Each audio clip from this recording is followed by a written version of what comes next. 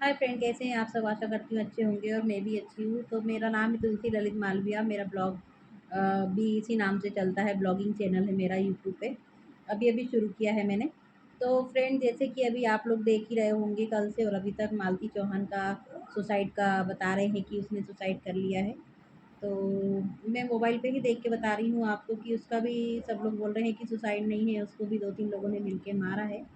जैसे कि उसके कोई सबूत नहीं मिले हैं। तो मेरे भी बहन का सेम ऐसे ही पिछले 24 को सेम ऐसे ही काम हुआ है।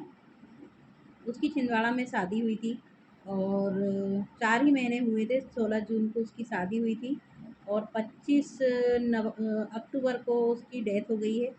तो 24 की नाइट में ही उसको मार दिया था, दशहरे के दिन। और हमको सुबह 11 बजे फ़ोन किया है। उसकी शादी हुई थी छिंदवाड़ा में। उसके हस्बैंड का नाम है तरुण मेहरा और उसकी सास का नाम है गीता मेहरा। तो उसके ससुर नहीं है और उसका एक देवर है जो बाहर काम करता है, तो वो नहीं था। और उसका मामा और एक उसका कोई पार्टनर है, तो उसका भी नाम आ रहा है बार बार, लेकिन पुलिस को हम ये सब जानकारी नहीं है उनके बारे में। और जब मैं इतना पूछना चाहूँगी कि अगर जब उसने फांसी लगाई तो उसको उतारा कैसे? उतारा भी तो फिर उसको पुलिस को फ़ोन करना चाहिए था। उसने फ़ोन नहीं किया पुलिस को। मोहल्ले वालों को भी ज़्यादा कुछ पता नहीं है कि इस लड़की ने फांसी लगा ली है। और उसके रिश्तेदार जब रात में लगाई फांसी, तभी तो उसके रिश्तेदार सुबह 9 बजे 10 बजे पहुंच गए ना। हमें कुछ ऐसी जानकारी मिली है कि उसके रिश्तेदार सुबह ही आ गए थे, 9:30 10 बजे। जब हम लोग अमरावती में रहते हैं, मेरी मम्मी इटारसी में रहती है और उसके रिश्तेदार भी उतनी ही दूरी पे रहते हैं, तो फिर वो लोग टाइम जल्दी कैसे पहुंचे? और हम लोग तो 7 बजे पहुंचे रात को। और ये अपने आप ही पोस्टमार्टम भी करवाने वाला था। तो एक आदमी के हाथ में तो अकेला नहीं है कि फांसी लगा के और लड़की को उतार भी लेगा और हॉस्पिटल भी ले जाएगा। सबसे पहले इसको पुलिस को कंप्लेंट करना चाहिए था और फिर उसके बाद में कंप्लेंट करके फिर भले उतार के लेके जाता तो हम समझ सकते थे, लेकिन इसने सबसे बात छुपाई है। 2 दिन तक पुलिस वालों को पता ही नहीं था कि लड़की ने लगाई है कि किसी ने लगाई है। जब वहाँ पर पंचनामा हुआ है तो डॉक्टर ने बुलाया है पुलिस वालों को कि यहाँ पे एक 32 साल की लड़की का फांसी लगा के डेथ हो गया है, तो आप लोग आइए। घर वालों ने उसके किसी ने फ़ोन नहीं लगाया। उसका मामा है रिपोर्टर, उसका ज़्यादा दिमाग चलता है, तो उसी ने ये सब काम करवाया है। और जब जब आदमी अकेला है तो और जब सास और आदमी है, दोनों तुम 3 लोग घर पे हो, तो लड़की फांसी लगा रही है, तो तुम लोग कहाँ पे गए थे सब लोग? कोई ना कोई तो होगा ना, देखा तो होगा ना किसी ने कि क्यों लगाई है फांसी। जब 3 महीने से वो परेशान थी तो तुम लोगों को मायके वालों को इन्फॉर्म करना चाहिए था ना कि आखिर क्या चल रहा है उसके साथ में, क्या प्रॉब्लम है। 4 महीने पहले मेरे पापा ने शादी की है, पूरा सामान दिया है, 2 लाख कैश दिए हैं उसको लगुन में। हर चीज़ दिया है, उसके मामा पक्ष के तक के कपड़े पहुंचाए हैं लगुन में हम लोगों ने। बहुत शादी की 10-12 लाख रुपए लगा के। और इसको एक बुलेट के लिए इसने लड़की की जान ले ली दशहरे के दिन। दशहरे के दिन मेरे भाई ने गाड़ी ली थी। 8 बजे तक उसने वीडियो कॉलिंग पे बात किया है।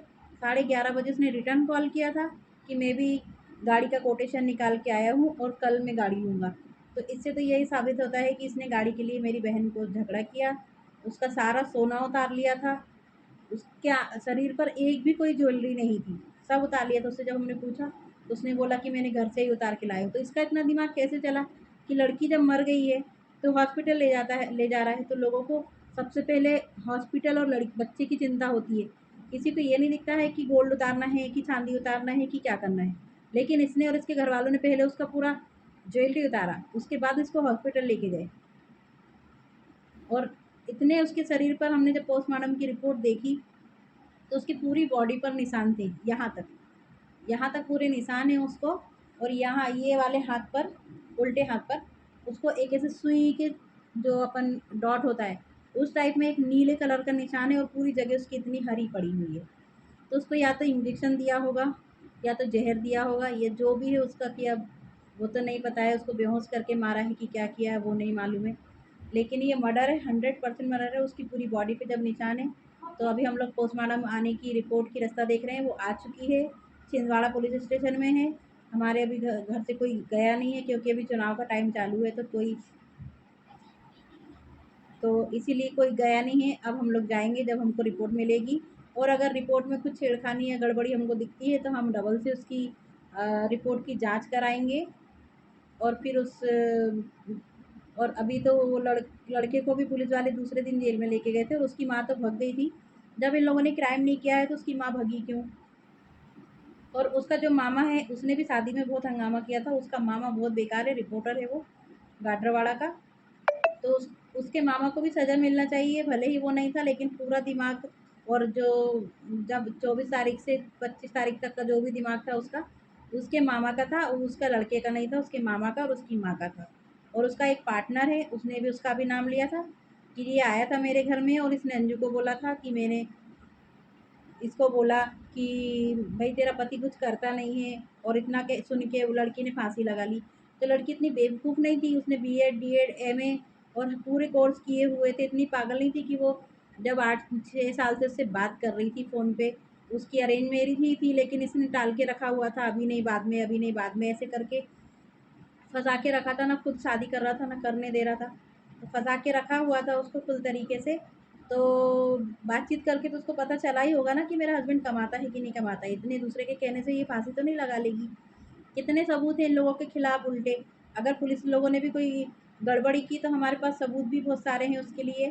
तो मैं तो यही चाहती हूँ कि उसको और ये मालती चौहान के अपराधियों को कड़ी से कड़ी सज़ा मिलना चाहिए। और फांसी तो मिलना ही चाहिए, क्योंकि जैसे हमारी लड़की गई है और मालती गई है वैसे ही उन लोगों को भी फांसी होना चाहिए। वो लोग भी जिंदा नहीं बचना चाहिए। जब तक हमारे कानून वाले, हमारे इंडिया का कानून जब तक ये लागू नहीं करेगा कि मौत की सज़ा मौत ही मिलेगी, तब तक इंडिया में क्राइम रुकने वाला नहीं है। औरतों के साथ में ये अत्याचार होते ही रहेंगे, चाहे पढ़ी लिखी हो, चाहे गँवार हो, चाहे अनपढ़ हो। मैं चाहती हूँ कि सिर्फ़ कानून इतना करे कि जिसने अगर मर्डर किया है तो उसको मौत की ही सज़ा, फांसी ही मिलना चाहिए। उम्र के 10 साल 20 साल की सज़ा नहीं मिलना चाहिए। उनको भी पता चले, उसके घर वालों को भी पता चले कि मौत का दर्द क्या होता है, किसी को खोने का दर्द क्या होता है।